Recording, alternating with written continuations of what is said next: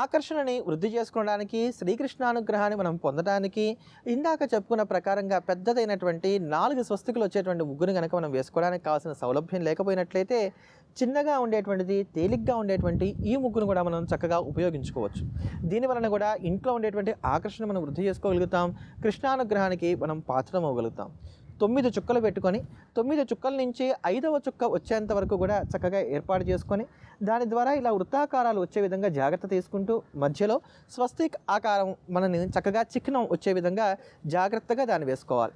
ఈ స్వస్తిక్ ఆకారం ఇలా మధ్యలో వచ్చి దాని చుట్టూ ఒక వృత్తం అంటే ఒక చక్కటి సర్కిల్, దాని తర్వాత మళ్ళీ ఇంకొక సర్కిల్, దాని వైపులా అంతా కూడా 8 పద్మాల్లాగా వచ్చే విధంగా కానీ 6 పద్మాలు వచ్చే విధంగా కానీ ఈ ప్రకారంగా వేసుకోవడం వలన చక్కటి ఆకర్షణ అన్ని విధాలా కూడా వృద్ధి చెందుతుంది.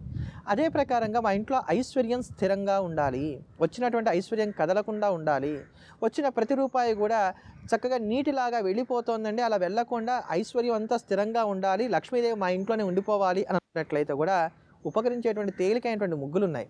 ఇది మన పాత వాళ్ళని, కొంచెం పెద్దవాళ్ళని, మన వెనకతరం వారిని అడిగినా కూడా చెప్తారు ఆ ముగ్గు గురించి. ఆ ముగ్గే తులసి కోటల ముగ్గు. ఆ తులసి కోటల ముగ్గే ఈ ముగ్గు.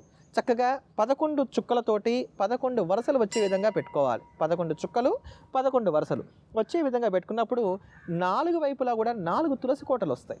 4 వైపులా కూడా 4 తులసి కోటలు ఉండి ఇవి మహాలక్ష్మికి చక్కగా స్వాగతం పలుకుతూ మన ఇంట్లోనే స్థిరంగా ఐశ్వర్యాన్ని ఏర్పాటు చేసుకోవడానికి కావాల్సిన ప్రజ్ఞని మనకు అనుగ్రహిస్తాయి. కనుక ఈ తులసి కోట ముగ్గుని కనుక నిత్యం దేవుడి దగ్గర కానీ వాకిట్లో కానీ వేసుకుంటూ వచ్చినట్లయితే ఐశ్వర్యాన్ని మనం స్థిరంగా అట్టిపెట్టుకోగలుగుతాం.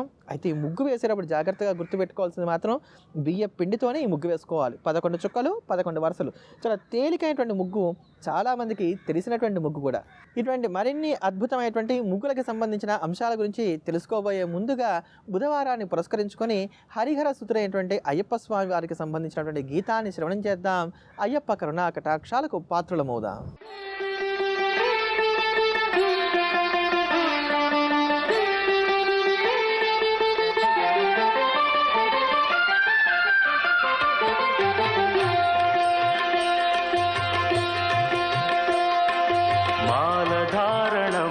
నియమాలతోరణం మాలధారణం నియమాలతోరణం జన్మతారణం దుష్కర్మవారణం జన్మతారణం దుష్కర్మవారణం శరణం శరణం శరణం శరణం అయ్యప్ప స్వామి శరణం అయ్యప్ప స్వామి శరణం అయ్యప్ప స్వామి శరణం అయ్యప్ప స్వామి శరణం మాలధారణం నియమాలతోరణం మాలధారణం నియమాలతోరణం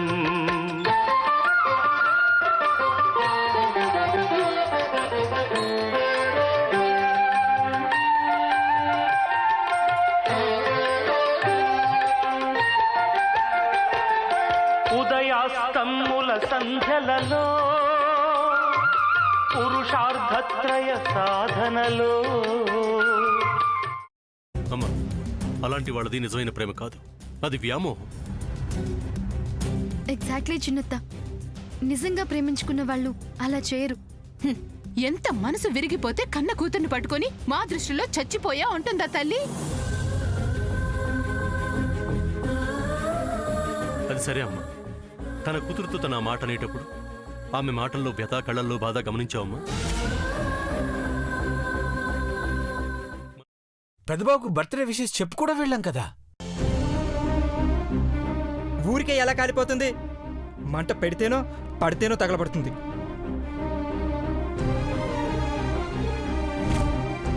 కరెక్ట్ చిన్నబాబు, నీకొచ్చినట్టే నాకు డౌట్ వచ్చింది. పార్వతే షర్టును తగలబెట్టిందనుకుంటా.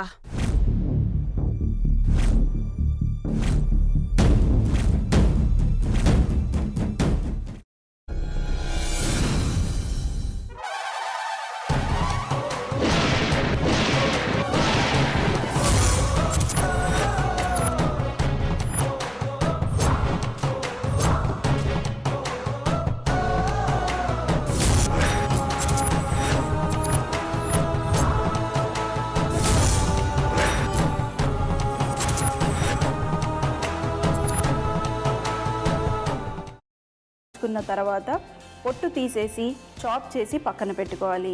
ఒక ప్యాన్లో కొద్దిగా నూనె వేడి చేసి అందులో ఆవాలు, మినప్పప్పు, శనగపప్పు, కరివేపాకు, సన్నగా తరిగి పెట్టుకున్న ఉల్లిపాయలు వేసుకుని 1 నిమిషం పాటు వేయించుకోవాలి. ఆ తర్వాత కాల్చి కట్ చేసి పెట్టుకున్న వంకాయని కూడా అందులో వేసుకుని బాగా మిక్స్ చేసి బౌల్లోకి ట్రాన్స్ఫర్ చేసుకుని అందులో తగినంత చిక్కటి పెరుగు లేదా పల్చటి పెరుగు వేసుకుని మిక్స్ చేసి అన్నంతో కానివ్వండి, చపాతీతో కానివ్వండి సర్వ్ చేసినా చాలా బాగుంటుంది.